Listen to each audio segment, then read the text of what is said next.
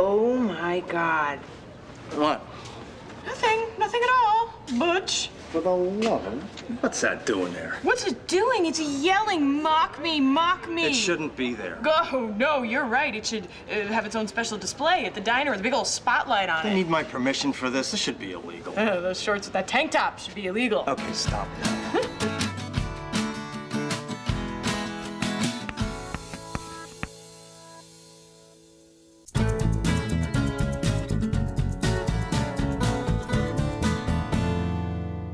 I grew up in the suburbs outside D.C., so it was more like, you know, diplomats' kids and lawyers' kids, and everybody's parents was fairly political. My dad and I originally moved out there because I was really into horseback riding, and there were all these places where you could ride. I rode from the time I was 5. I went to horseback riding camp every summer, and then I got my first play, and that was sort of the beginning of a new passion. We had just moved when I was in 8th grade. I believe that was the year I had glasses, braces, and a cast, which is just not, it's just not gonna get you invited to the, you know, Sadie Hawkins dance. And I was kind of a tomboy. I didn't like wearing skirts. I didn't own one until I was forced to because I had like a flute recital or something. I also played the flute. These are painful memories.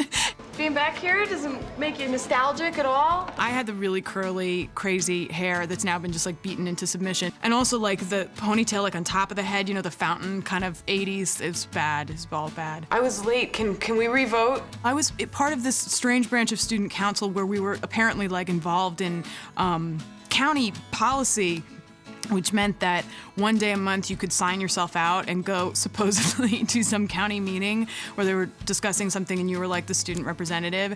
And as I remember, we made many trips to McDonald's, and I think the student policies were improved. I just don't know how this whole second boyfriend thing is supposed to go. Well, he's your second boyfriend. Give it time. I didn't have a lot of boyfriends. I had one major high school boyfriend. I had a great high school experience that way because I had just one person who was, you know, really important and still a good friend.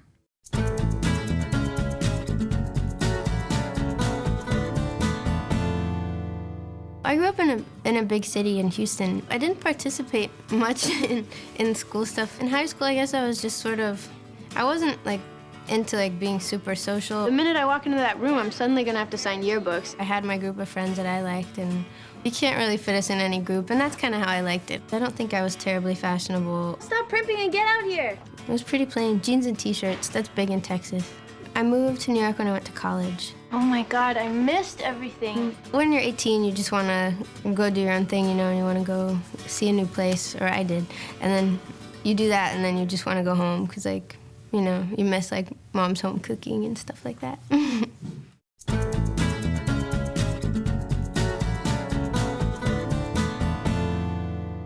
I grew up in a place that was a little more diversified, but not too dissimilar, you know. It was a bedroom community of Philadelphia. I was a little bit withdrawn, a little quiet, but aggressive on the ball fields.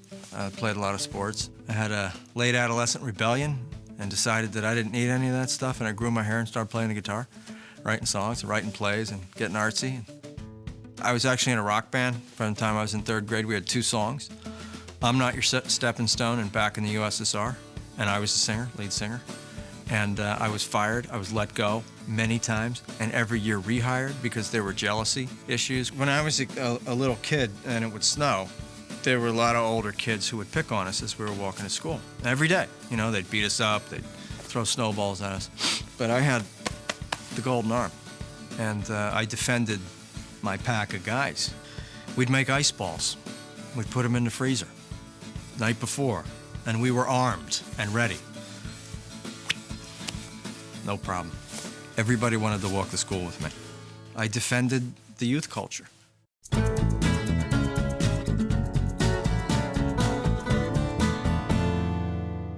At present, I live in a little town in Connecticut that is probably as close to Stars Hollow as it's possible to be. I grew up in a posh community called Grosse Pointe Farms outside Detroit, but I was born in D.C. In high school, I was kind of a dreamy, useless student. I wasn't a very good student, and I didn't get into theater at all. I thought they were all strange. Looking at the yearbook, they were all strange. I didn't run with the fast crowd at all. It was my senior year in high school that I began running with the fast crowd as the joker. There were about 10 of us. I didn't feel terribly accepted until that senior year, and then it turned around a bit, and then college came. I was a terribly romantic boy. I double dated in my senior year with Mike Miller, who was a very slick guy, and he had a beautiful date. And her friend, who was a nutball, and she was drinking, unbeknownst to me. We went out to Belle Isle, and she'd been drinking peach schnapps or brandy or something like that, and then proceeded to throw up and pass out. So that was my great evening.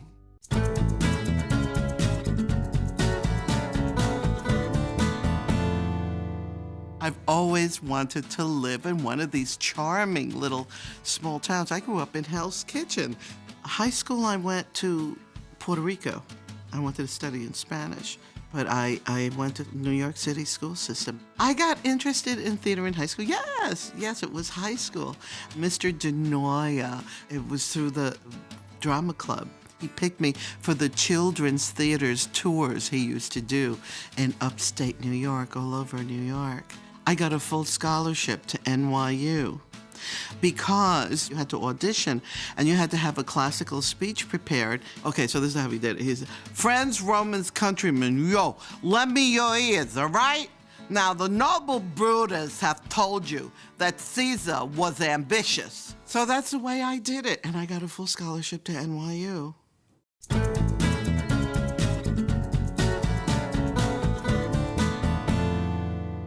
I grew up in Denver, so I grew up in suburbia, and my last 2 years of high school, actually last 3 years of high school, I was in Northern California. I went to New York when I was 18, so I really lived in New York most of my life. I was a ballet dancer, so that was, at that point in this country, that was the place to be. I started my training when I was about 6. I was supposed to wait until I was 8, because that's the ideal age, but I was very eager.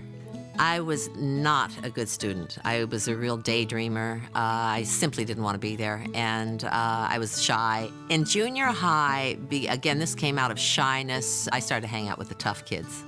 And I think it's just because they were the outcasts, and I felt like an outcast. I remember thinking I just wanted to grow up. I wanted to be an adult. I wanted to be in control of my own life. I had this drama teacher. His name was Mr. Deck, or Mr. Decker. They were doing the school play. It was going to be the importance of being earnest. And he wanted me to play Gwendolyn. And he talked to me, and I simply said, I can't make every rehearsal. I would love to do it, but the ballet, I'm going to be a ballet dancer. This is important. And bless his heart, he cast me in it anyway. And that did so much for my confidence. That was important to me. He was a wonderful teacher.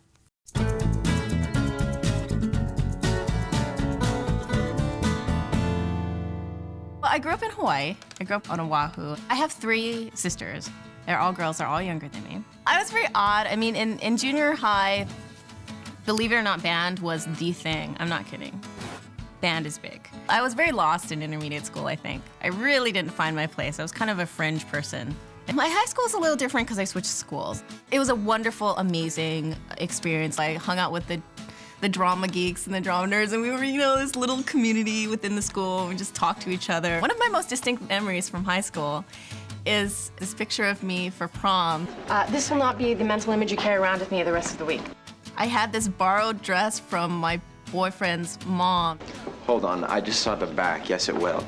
It's this big poofy sleeve. It's gold. The sleeves are gold. They come out about this big, believe it or not. And it's like this brocaded, like corsety thing. It almost sounds like a costume. And then the skirt kind of poofs out, and then it has like ribbon design.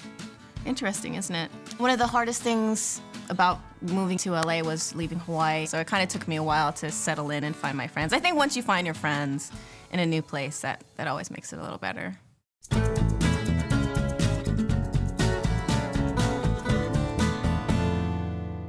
I grew up in Montreal, which is a much bigger city. I spent 3 or 4 years of my childhood in a smaller town. I'm more of a big city guy, so I was bored out of my mind when we lived in the country. I didn't like school. I didn't like myself. I had some problems also with the fact that I was almost the only black child in my class. I was the only black child in my class, but there was not so many black people in the school, so a lot of people were teasing me with that. I had problems with it. Couldn't wait to get out of high school and become somebody, and do something I like. Yes, my name is Michel Girard. I used to work at the Independent Scene, and I was wondering if there were any positions available. The first job I ever got in my life, I was a busboy in a bar. And we did a staff show at the end of the summer. And it was the summer of Thriller. And I ended up doing Michael Jackson and the choreography and everything. It was fun. I mean, I had fun. It was my first experience on stage, and I must say to this day that it had a huge effect on me, because at that moment I was so in peace. I had so much fun. I had recognition from people. People thought I was cool suddenly. So it gave me this, like I thought, okay, there's something in this for me.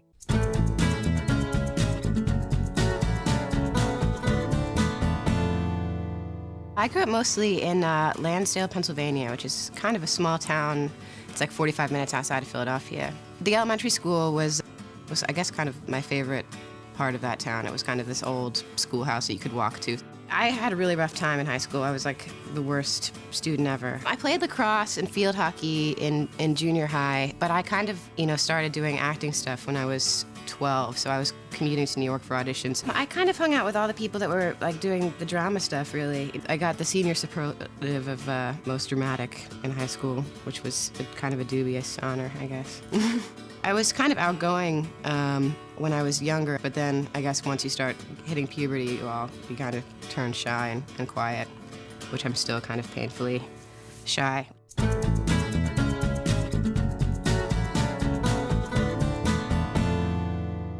I grew up in suburban St. Louis, in the wonderful state of Missouri. I was not a quiet kid by any means. I'm the youngest of 6. And so if you're a quiet kid and you're the youngest of 6, nobody will ever hear you. I was very much a center of attention in the family, and in a family full of people who like to be the center of attention. So it was I lived in a pretty loud house growing up. I would say that I was basically the class clown. By the time I got to high school, I started to be a rowdy sort of, little bit of a troublemaker. I was really into theater in high school, so I did a whole bunch of plays. If you're funny enough and a class clown, you can still sort of hang out with the cool kids, even if the girls don't like you very much.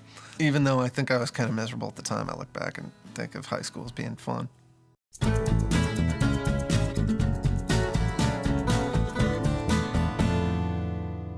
I grew up in the Midwest, but I grew up in a really tiny little farm town by the exciting name of Plainfield.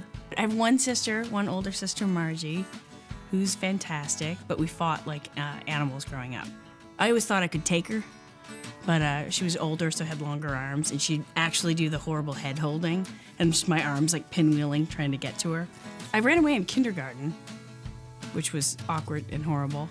This girl, Teresa, who I guess was like the troublemaker, was like, stay out here. So at 5, I was like, all right, okay. And the whole plan, which I didn't know until we got there, was to go to her babysitter's, which is a terrible idea because you're only going to get in trouble. So I remember crossing up the yard and then having her babysitter pull in the yard because we weren't supposed to be getting home. And just the look on her face of like, what are you doing here? And then I was like, what are we doing? My dad's really funny. We're just weird.